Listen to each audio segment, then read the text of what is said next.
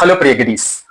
2010 ലോകകപ്പ് നേടിയ ലെമീൻ യമാലിന്റെ സ്പെയിനും 1978, 86, 2022 വർഷങ്ങളിൽ ലോകകപ്പ് നേടിയ ഫുട്ബോൾ മിശിഹയുടെ അർജന്റീനയും തമ്മിൽ ഫൈനലിൽ കൊമ്പുകോർക്കുമ്പോൾ ആര് ജയിക്കും എന്ന ചോദ്യത്തിന് അനശ്വരനായ ഫുട്ബോൾ ലെജൻഡ് ഡീഗോ മറഡോണയുടെ കാലം മുതൽ കടുത്ത അർജന്റീന ഫാനായിരുന്ന മെസ്സി ഫാനായ എനിക്ക് മുമ്പെല്ലാം ഒറ്റ ഉത്തരം മാത്രമേ ഉണ്ടായിരുന്നുള്ളൂ.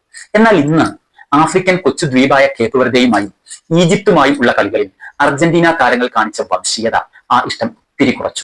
അതിനെക്കുറിച്ച് പഠിച്ചപ്പോഴാണ് 18ഉം 19ഉം നൂറ്റാണ്ടുകളിൽ ജനസംഖ്യയുടെ 30 മുതൽ 40% വരെ കറുത്തവർഗക്കാർ ജീവിച്ചിരുന്ന അർജന്റീനയിൽ കറുത്തവർക്കെതിരെ വെള്ളക്കാർ നടത്തിയ കടുത്ത പീഡനങ്ങളും വംശവിവേചനങ്ങളും കൂട്ടക്കൊലകളും സ്വാതന്ത്ര്യ പോരാട്ടത്തിലും യുദ്ധങ്ങളിലും മനഃപൂർവ്വം കറുത്തവരെ മുന്നിൽ നിർത്തിയതും യൂറോപ്പിൽ നിന്നുണ്ടായ വൻതോതിലുള്ള വെള്ളക്കാരുടെ അർജന്റീന ഗവൺമെന്റ് സ്പോൺസേഡ് കുടിയേറ്റവും കാരണം മെല്ലെ മെല്ലെ കറുത്ത വംശജരുടെ ജനസംഖ്യ കുത്തനെ 1% കുറഞ്ഞതാണെന്നും സ്പെയിനും ഫ്രാൻസും ഇംഗ്ലണ്ടും അമേരിക്കയും അടക്കമുള്ള പടിഞ്ഞാറൻ രാജ്യങ്ങളുടെ ടീമുകളിലെല്ലാം കറുത്ത വർഗ്ഗക്കാരുള്ളപ്പോഴും അർജന്റീന ടീമിൽ മാത്രം ദശാബ്ദങ്ങളായി ഒരൊറ്റ കറുത്ത വംശജർക്കും അവസരം ലഭിക്കാത്തത് എന്തുകൊണ്ടാണെന്നും മനസ്സിലായത്.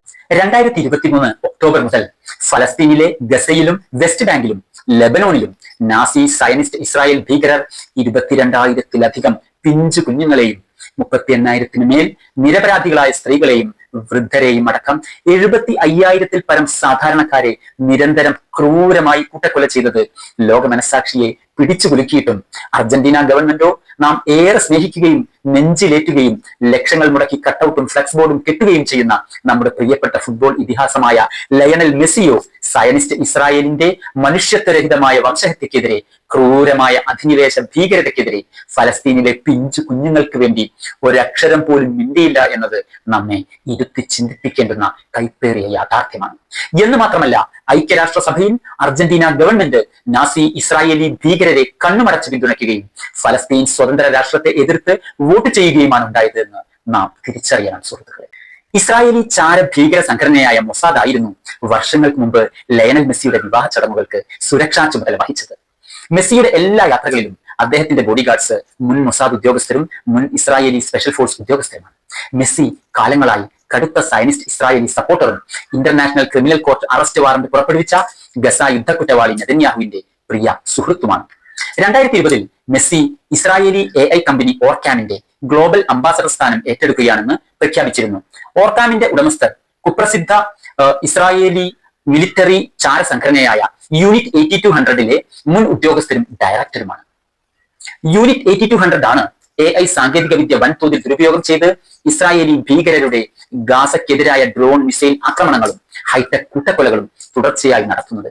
യൂണിറ്റ് 8200-ന്റെ തന്നെ സൃഷ്ടിയായ അപകടകരമായ മറ്റൊരു സാങ്കേതിക വിദ്യയാണ് ഇന്ത്യയടക്കമുള്ള ജനാധിപത്യ രാജ്യങ്ങളിലെ മാധ്യമപ്രവർത്തകർ, മനുഷ്യാവകാശ പ്രവർത്തകർ, ജഡ്ജിമാർ, ആക്ടിവിസ്റ്റുകൾ, പ്രതിപക്ഷ നേതാക്കൾ, മന്ത്രിമാർ എന്നിവരെ ചോർത്തുന്ന പെഗാസസ് ചാര സോഫ്റ്റ്വെയർ.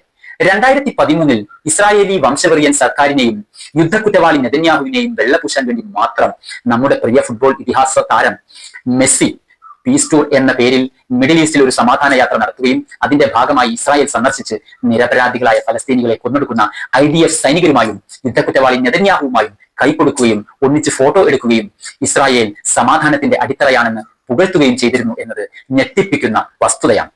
എന്നാൽ പ്രധാനമന്ത്രി പെഡ്രോ സാഞ്ചസിന്റെ നേതൃത്വത്തിലുള്ള യൂറോപ്യൻ യൂണിയനിലെ ഒരു പ്രധാന രാജ്യമായ സ്പെയിൻ ഫലസ്തീനിലും ലെബനോനിലും ഇസ്രായേൽ 2023 മുതൽ തുടരുന്ന നിഷ്ഠൂരമായ വംശഹത്യകളെ ശക്തമായി അപലപിക്കുകയും നാസി സയനിസ്റ്റ് ഇസ്രായേലി ഭീകര രാഷ്ട്രത്തിനെതിരെ കർശന ആയുധ വ്യാപാര ഉപരോധങ്ങൾ ഏർപ്പെടുത്തുകയും ഫലസ്തീൻ സ്വതന്ത്ര രാഷ്ട്രത്തെ ധീരമായി അംഗീകരിക്കുകയും ചെയ്തു എന്നത് വളരെ അഭിനന്ദനാർഹമാണ്.